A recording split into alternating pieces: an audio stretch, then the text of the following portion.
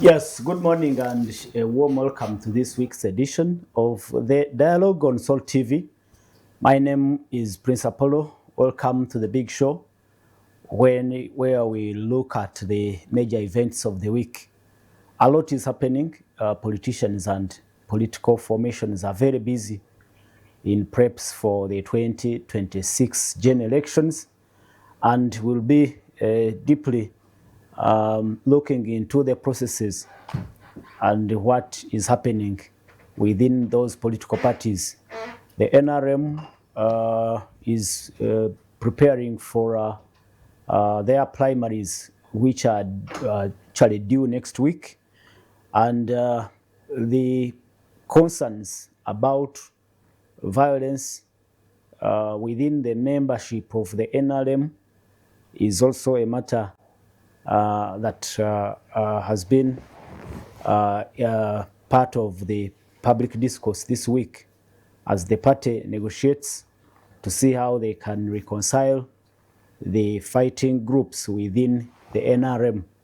But also their chairman is continuing with his nationwide tours, the PDM assessment tours. I am speaking about His Excellency the President, Yoweri Kaguta Museveni, who has been for the whole of this week touring the Kampala metropolitan area, linking up with the citizens and hearing from them about the development projects within this area. And we will also critically look at the funding for the political parties, especially after the enactment of a law that limits funding to only parties that subscribe to the IPOD, the inter-party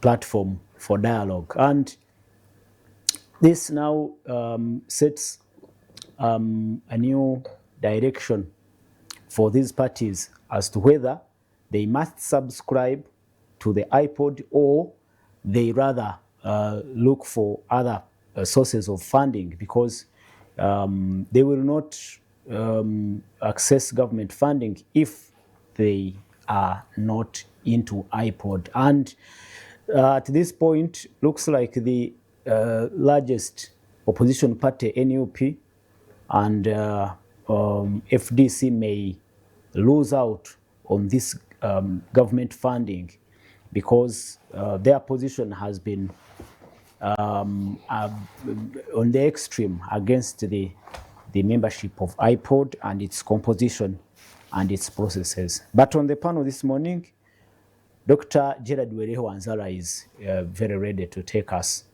into those nitty-gritties. Richard Baguma, a strong advocate for healthy living, is also in the studios. Our special guest is also with us. Dr. Wereho, it's always a pleasure having you on this show. I spoke about the president continuing with his PDM assessment tours. I don't know if you'll make a comment about it, but I'm happy to have you on the show. Speak to our viewers. Thank you very much, Apollo and colleagues in the studio. I'm happy to be with my senior comrade, Joseph Otieno. It's always good to meet you. One of the positive thinking people in the politics of Uganda, who wishes the country very well. Sure. Yeah, good morning, our viewers. We are happy to be with you every Saturday, and I bring you greetings from the United Republic of Chirinya. We were privileged to host the president. You hosted actually the president this week in the ghettos of Kasokoso. The ghettos of Kasokoso, and the lucky ones went with some bundles of cash, you know. Wow. I see the president now a moving ATM, but as a person who is so passionate about accountability and transparency, I feel that we introduced very bad manners in the politics of Uganda.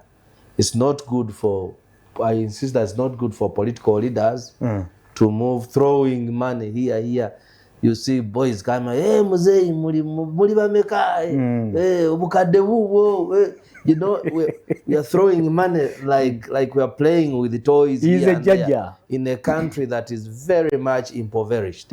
Of course, recently he said that he's a modern king. That as a modern king, because kings used to give, and as a modern king, he also gives.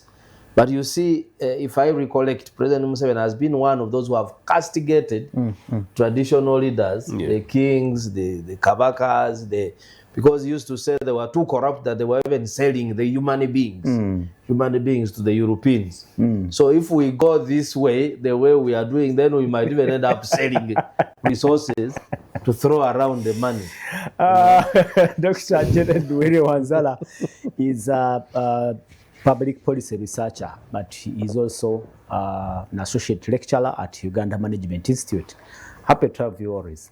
Thank you. Richard, happy to have you on the show. It's always a privilege, and I ask you to speak to our viewers. Thank you. Thank you, Apollo, and of course the management. But always I start with God. I thank God for enabling us to be here yet again, to be able to speak and share our perspectives. I thank the viewers. The viewers continue to patronize us. I don't take that for granted. Thank you so much. They meet you, they exchange with you. Then you know that somebody is paying attention. Sure. Of course, the aspiring president of Uganda, I like this seat because it brings me people. You never know. Next time I will be a senior advisor. Yeah, these things, I don't take them for granted. People who take a shot at the presidency, you don't joke with them. It's nice to be with you, and of course, the United Republic of Chirinya. I don't know if the brick man is from Chirinya. Who is that? There was a brick man. The president had an exchange with the brick man. Yeah, and the brick man conversation has been trending. Yeah, but the PDM, Apollo, I don't know. but just a comment, like Dr. Wanzala said, the president is giving out cash handout. I mean, he's giving out cash on these tours, and looks like it's not simple cash. It's in millions, and you wonder if from now up to the end of campaigns, possibly next year in Jan, how much would have been spent if this trend continues. I just imagine. In 1992, I was part of the guild leadership in Makerere, and we had met our chancellor. The president by law was the chancellor. So we went to our headmaster and met him, and we explained to him that we needed money for the students. They had removed allowances. World Bank or something had forced the removal of some support to the students. And we had a situation where we had students from the north and from the east in situations of war. So getting support from home was very difficult. So we asked the president, and we actually received the money in cash. A Santana came with some bags of money. It was my first time seeing bags of money. And we received it and took it it was on a Sunday, in fact. We took it to the dean. The dean was confused. So we were also a beneficiary of the bags. No, I am trying to tell you that this is not new. That was 1992. So you guys present this as if it is new. I don't know. I can understand because the people are commenting are young. They didn't see this. They don't know this. It's just because the other day, the other last campaign, we were in Usoga. I think he carried the money on there and gave it to young. Yeah, that was 2016. They started boxing each other there actually before we left. So I don't know. I don't understand this thing about the President Museveni giving money. People want to present it as it is new. And so that's the first thing. The second aspect to this is, I don't know if you guys read the budgets. I think in the last budget, the just one that ended, I think we gave State House President Museveni 160 billion. True. In donations. Apollo, That's a lot of I money. want to give you a minute to you do your math. It can be data. Get 160 billion, divide it by 365. Those are the days we have in a year. It's more than 400 million Every day. every day. So, distributing 400 million shillings every day is not simple. Apollo. No, it is not a simple job. You just have to give it. Otherwise, the money, you take it back to the treasury. You take it back to the consolidated fund. Passed by parliament, budgeted for so you think of, then there's other monies in the other offices. The vice president has, the prime minister has, the speaker has, the chief justice has, they all have. We put it in the budget and we passed it, donations. And then you have these other sources of all this funding. So when the man says that he is a king, he means it. He actually means it. Yes, he is. So that's the other one.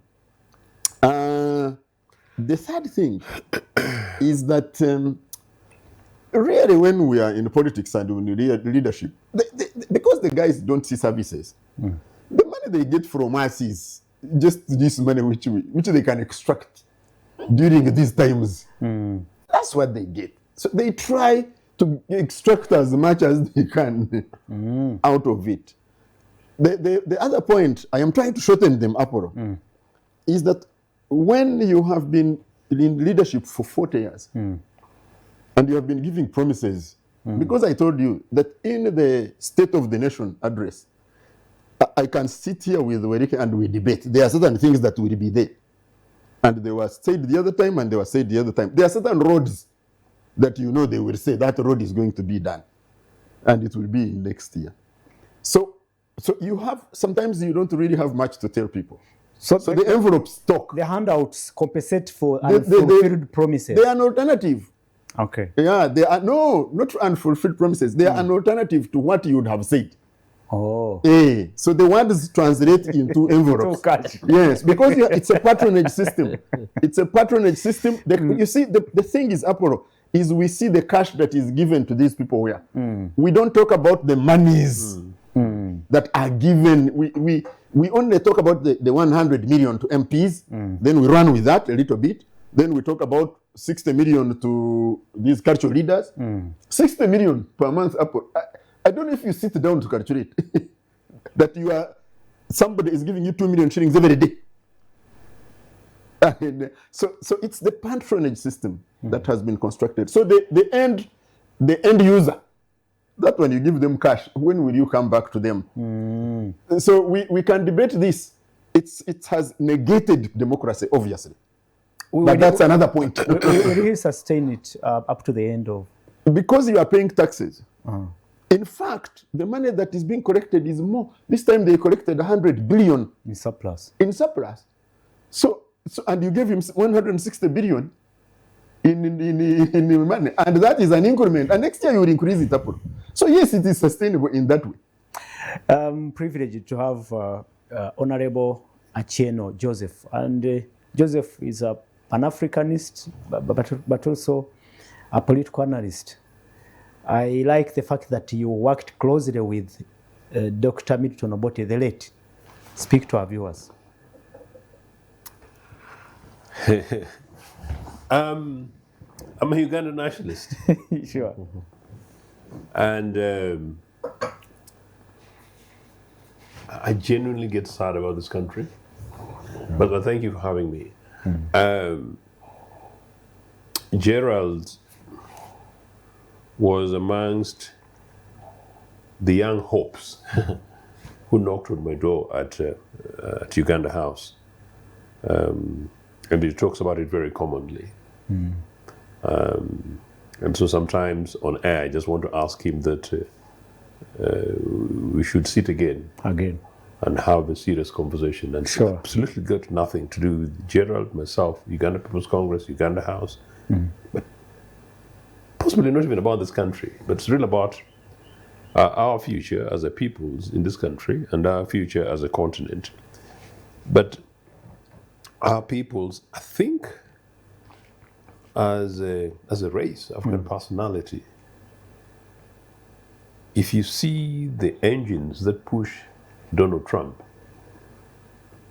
And if then you hear what my brother here is talking about, how messy for 40 years we are abusing our natural resources and our peoples and sinking ourselves voluntarily in the Republic of Uganda.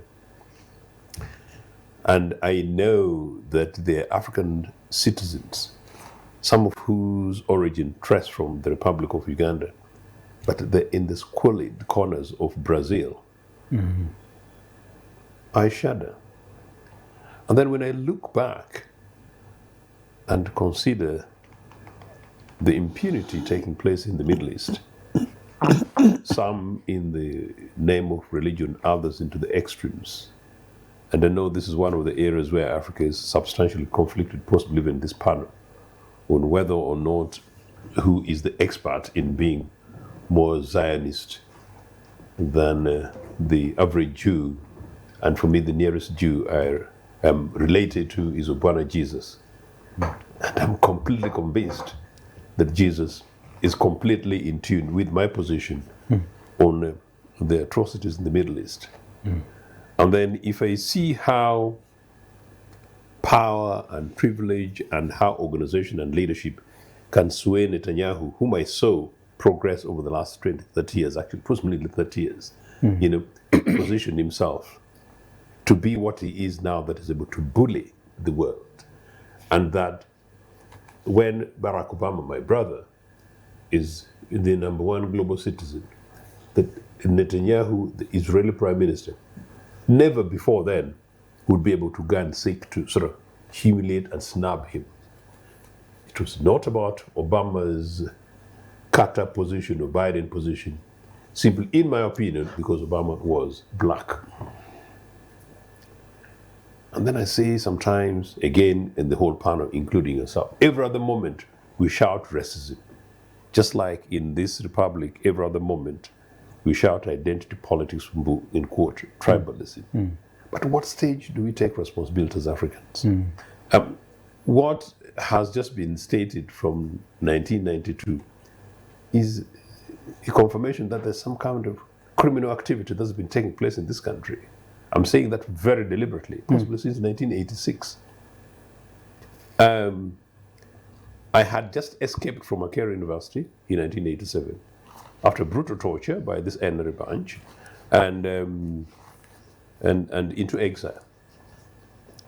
But I left Makerere when already the North and East was at war, created and started by NRA. But also at the same time, I left Makerere when I was studying for free. I was getting everything else for free, including transport allowances for free, our taxes. But most importantly, I also was getting student allowance, boom, which is referring to. So Museveni, who claimed that he was a lefty, anti-imperialist, pro-Africanist, and he's the Minister of Justice, then you lose elections in Barara, and then you blame everybody else, then the guy had to break people's necks in Luweero. You come and take power. And in 1987, 88, you quickly decide to sell the Republic of Uganda. How? To Anglo-Western interests in the name of Bretton Woods institution. Okay, yeah. And here in 1992, you're being instructed by the World Bank With privatization. abandon your national academic institution and begin to reorganize patronage. Many people in NRA have argued that, what could we do about IMF and World Bank? Gerald, while you were then possibly in primary school, slightly younger at the time, in fact, I think, it was, maybe you don't have been born yet. 1982, 81, 82, Obote refused structural adjustment program. We were the first country to have been pushed onto this thing, and that's post Idi Amin. And the World Bank and the IMF are insisting that, look, after Idi Amin, you've got this program, you need to rehabilitate your country. We said no. So Milton Obote, the president of the Republic of Uganda, said, no, we have our program. We have a 6 program that worked. We have a program, have an idea of what happened in the void of the 9 years of Idi Amin, and a sketch. Our program worked from 1981, 82, 83, 1984. in 1983, we had a GDP turnaround of 29.6. Actually, I didn't know these figures until I was researching again the other day. Extraordinary, you know. And then 1984, Uganda's standard of living rose for the first time since 1970. Now, using Africans, Obote, your national resources, reorganizing your national economy. Where in heaven, 3-4 years later, did Museveni find it such an impossible thing not to work those programs, you know, but to go ahead and sell out to the IMF and World Bank? Then we fought for independence. And Museveni studied for free. If it was not UPC, he would not have gone to Ntare, he would not have sustained it. You know, these guys can boss. No, he wouldn't have sustained. To today's standard, Museveni's family could not have sustained him at Ntare School, Barra High School, certainly and definitely in Jesus' name. Certainly not have gone to Dar es Salaam University because he couldn't afford it. Now, such a person cannot criminally create a situation in which we have today, where education is basically net appetite, or perhaps by 1992, you pull out students, boom, and what? On instructions of IMF and World Bank, and you're claiming you're a lefty. But anyway, you know, the reason why I had to invoke that is this atrocious business of a president carrying money and break people, kill some, impoverish others, and then you fudge it. 3 days ago, I met a young 17-year-old, a girl from the other end of Kampala, in the north of Kampala, and in the mother's shop. And this girl was furious that she went to Mulago with her mother. All she's looking for a birth certificate. They couldn't get it. They went to Mulago 3 times until her mother went, bribed nurses, 50,000 shillings. They've got other stories on Nira, which I don't want to say on air. Fast forward, this child, because she's seen me on television, she knows I'm a mother's friend. She insists to me that, sir, I want to leave this country. Oh. Now, yesterday I passed by their shop again in the evening, actually at night, and I met her with her sister who follows, I think maybe sister will be about 15.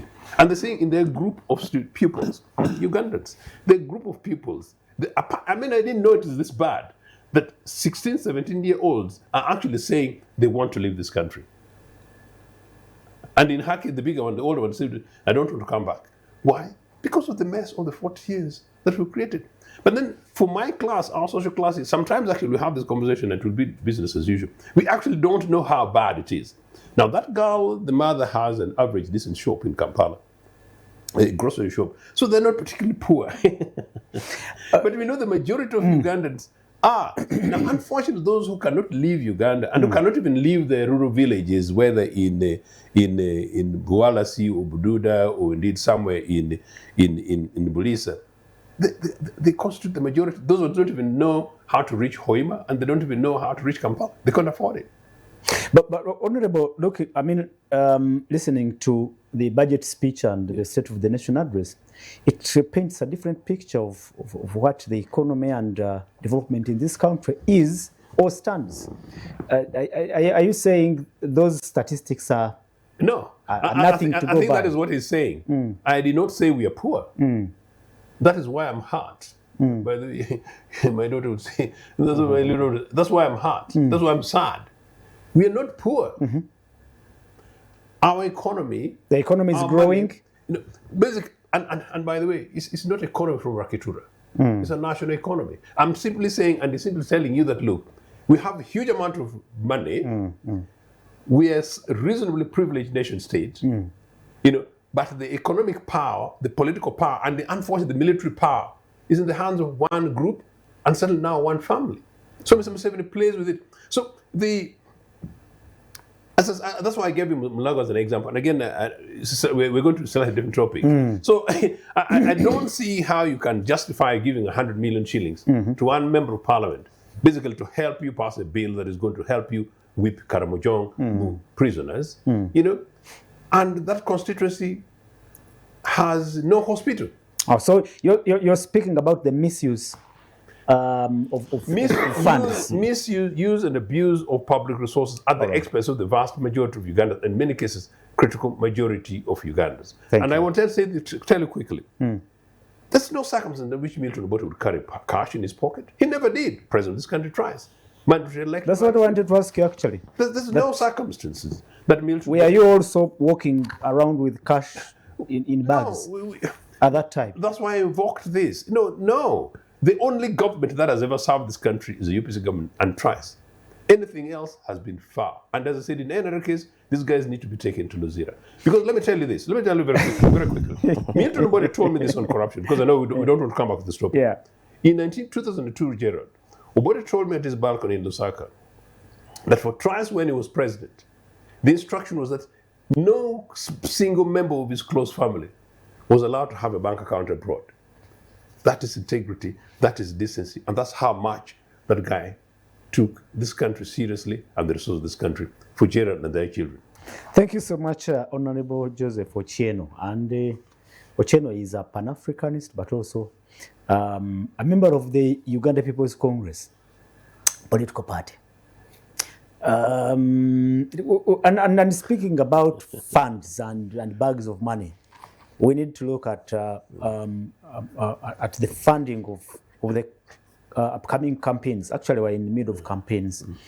And with that, we also look at how political parties are mobilizing funds in preparation for the 2026 general elections.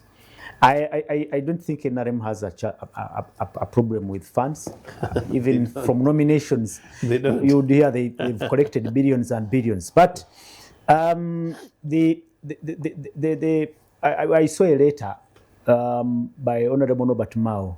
He wrote to the Electoral Commission not to release or authorize funding to any political party until he says so, or he authorizes.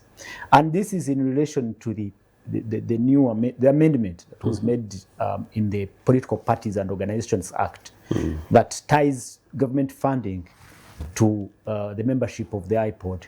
Dr. Werehe, you'll give us a background of what you think as these new provisions of the law now come into force, and more especially that we are in the middle of a campaign season, and funds or cash is a critical factor in campaigns. These parties need money, and we see now how the opposition NUP has resorted to donations, because their position from the beginning, together with the FDC, they are saying we will not be part of IPOD. They look at IPOD as actually, I heard the leadership of NUP saying dialogue cannot be coerced because it's a platform for dialogue, but you cannot coerce me to come and dialogue. That dialogue should be seen in practice and the processes. I don't know what you think about campaign funding this time around, especially for political parties, with this new law coming into force. Apple, I think for the benefit of viewers, because our program is also educative, we need to give a preamble how this financing of political parties came about. Around 2005, when I was still active in the UPC, that's when the Netherlands Institute for Multi-Party Politics started this IPOD thing in Uganda. And the initiative came about because of the example from Ghana. You know, when they were transitioning from that rule, military rule of Jerry Rawlings, and then Jerry Rawlings leaving power and then going into the term limits, I think the country was kind of polarized. People were divided. There were strong issues of ethnicity, issues of land, issues that could potentially put Ghana on a wrong path of conflict. And yet, the region was so much in conflict, Liberia, Sierra Leone, and others. So this idea was brought here and sold that Uganda, building on what we had in the constitution, because what we had in the constitution was about forming a national consultative forum for political parties to be hosted at the... It still exists. Yes, it still exists. And so IPOD started with an NGO, but building on what we had within our laws to create a process where political parties can periodically engage on issues that affect the country for the purpose of consultations, but also of building social cohesion, and also discuss issues of common interest that they may need to implement in a bipartisan way to help the country. So now, for us in the development world, if you implement a project of that nature, at the end, what do you show? It is the outcomes and the impact. So now, the outcomes and the impact. So according to the Netherlands Institute for Multi-Party Democracy, this is their impact. They have been lobbying so much that iPod, which was an NGO initiative, is institutionalized and taken over by the government. So to them, they have ticked the boxes. But now, how do we achieve meaningful dialogue? Because even as we have been ferrying delegates from political parties here to Ghana to go and learn, benchmarking, there are so many people who have traveled. By the way, it has been kind of a bit lucrative to be a representative of a political party in the electoral commission there. Because they would fund these trips to Senegal, to where, with the SAM per diem, to Europe. But for you to have a successful dialogue, first you must have what they call a foundation for dialoguing. Now, foundation for dialoguing means you are creating an enabling environment. There should be political will of the government, political will of the other actors within the dialogue. These are other political parties. And then you should also have clear objectives. When we are coming into this iPod, what are the objectives? What do we intend to achieve? Is it going to be a platform for solving conflicts? Is it going to be a platform for accountability on human rights? Is it going to be a platform for discussing the budgets and having common sense in the national budgeting framework? Or it's just going to be a meeting where people talk, laugh, like in African culture, eating and drinking can also be an objective. But when you don't have the other clear objectives following that. Now, when you have the objective, you need to know at the end of it all, what outcomes do we expect from this? And then you have to think about sustaining that dialogue. But for you to get even to the outcomes, you need to have an enabling environment, the facilitation, the inclusivity, the transparency to the public and the public participation. Not if it becomes a small meeting where only the summit, like Honorable Vasalirwa, President Museveni, Mr. Mao, Honorable Mao, sit in a room and come up with a decision. Other people are not, it's not inclusive. We don't know why they have reached no explanation. Then I think some people can challenge that. Now, looking at the laws that the law we amended recently. Yeah. iPod now is institutionalized within the... Yeah, what I know is that now, under the National Consultative Forum, which is the official, platform, now there are two levels. The level for political parties represented in parliament, and then the forum for other political parties. These are political parties we have that can, like for my friend Saddam Bisase in Kawempe, that can field 2 councillors in Yumbe 1, and here you have such. We used to have to Musime's party, the free, it's called the free movement, where you would field 2 councillors here and there, Moelo C5, chairperson. So they have created those 2 forums. Institutionalizing this wouldn't be a problem, because also depending on financing from abroad, does not make sense. And the information I have recently was that actually NIMUD, because NIMUD has run short of cash. Netherlands Institute. Yes, donations from Europe. And yet it's our government that is the taxpayer that has been financing political parties. Then why can't you take over the entire secretariat? However, I think there are issues that need to be addressed. For me, it's not really a problem for NUP to be invited to belong. Because you can belong, you become a member, you may boycott the meetings of the summit, or you can use it actually as a platform for advocacy. You are in there, you bring out issues, platform for demanding accountability. If it doesn't work, then you are a member, but then you suspend cooperation. No, they are saying even those who have been members of IPOD have not, used it for what actually you're talking about, to negotiate or get in, that nothing good has come out of IPOD to them. That's what they think. They say. I think there was a time when the opposition was a little bit united, especially in Parliament, especially under the Professor Latigo. I think under Honorable Aflo Gutu, they would engage with leaders of political parties, and when issues came up, like of human rights, of torture, you remember at the peak of the conflict between FDC and the state institutions, particularly security, there were all those meetings where even the Prime Minister then, Uganda, who was chairing a certain level of dialogue, had to offer to mediate and engage on issues of human rights and make some commitments. I believe that even this funding for political parties originated from that forum, where they said that since you limit fundraising from abroad, for instance, a political party cannot openly receive more than 400 million from external sources.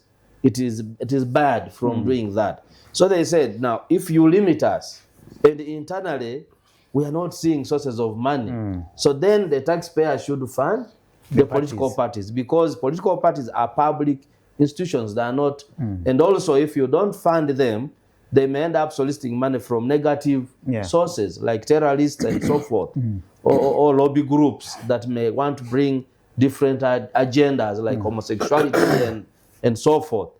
So for me, the issue is, one, if the taxpayer is funding, there is 35 billion shillings available to be shared.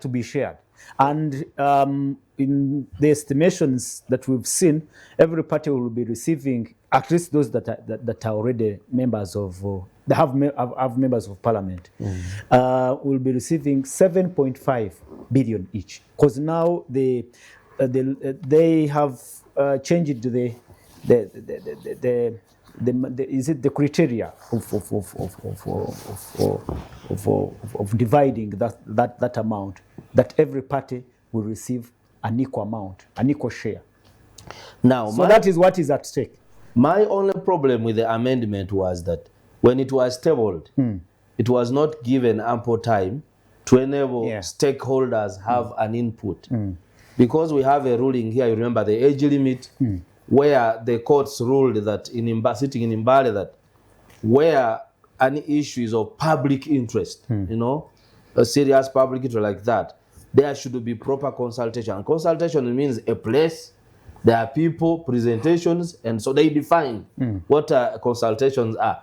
In this particular law, it moved so fast, just similar to it was in a space and it was so much shielded within the UPDF Amendment Act because they were passed the same week.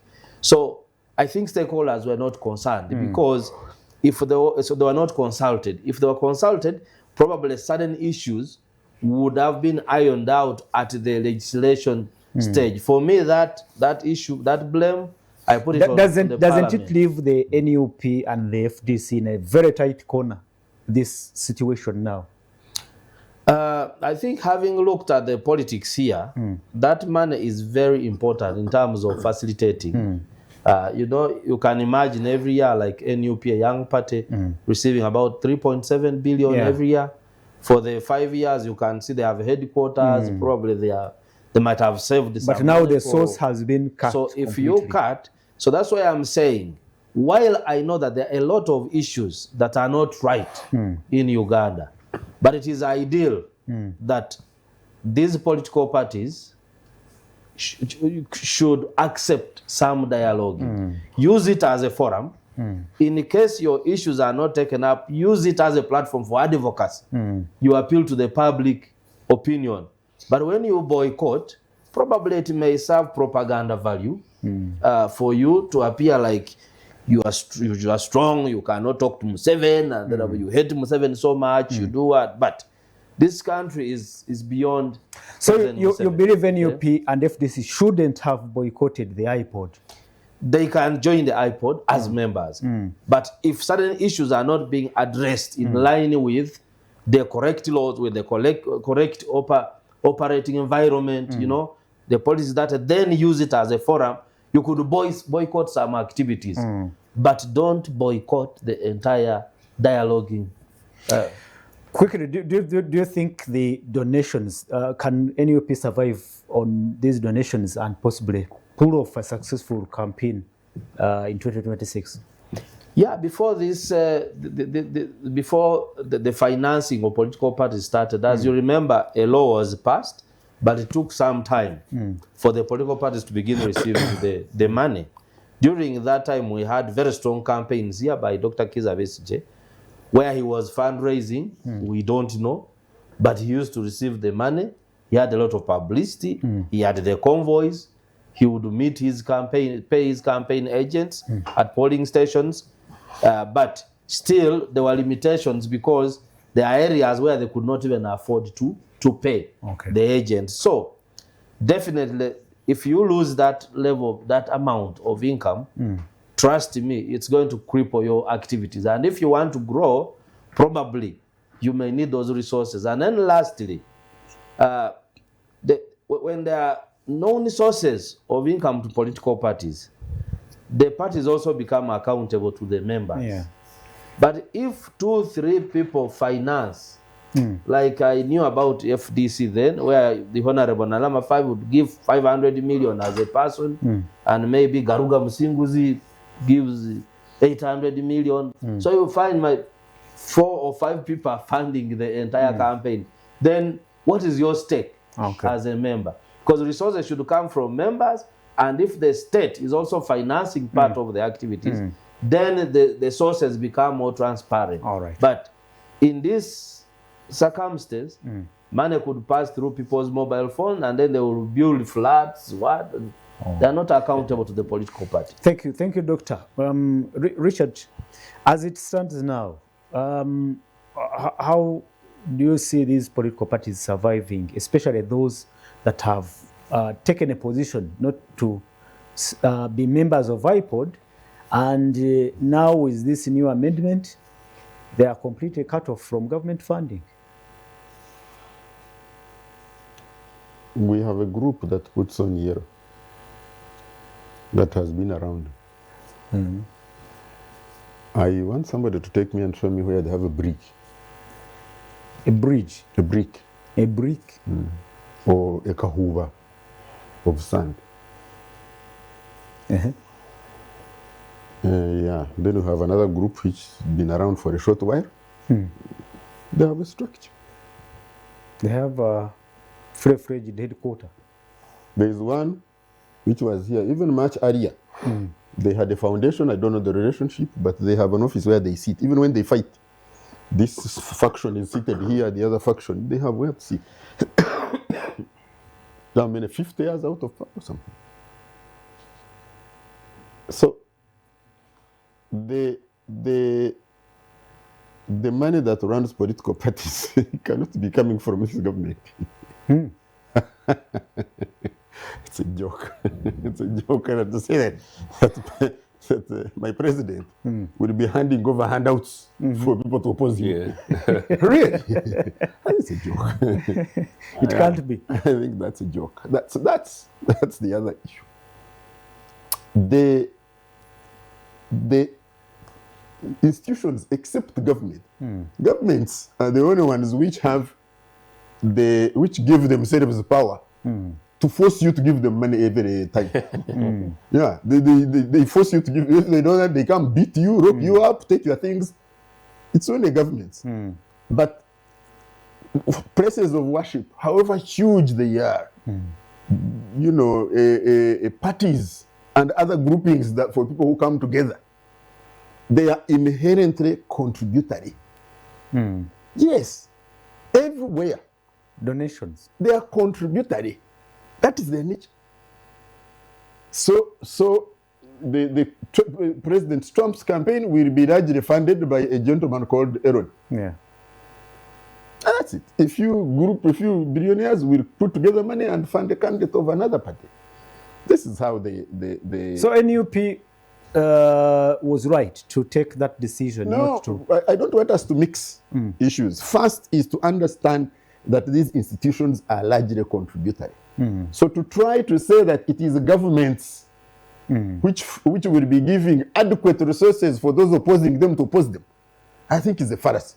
I think we must disabuse ourselves first of that one.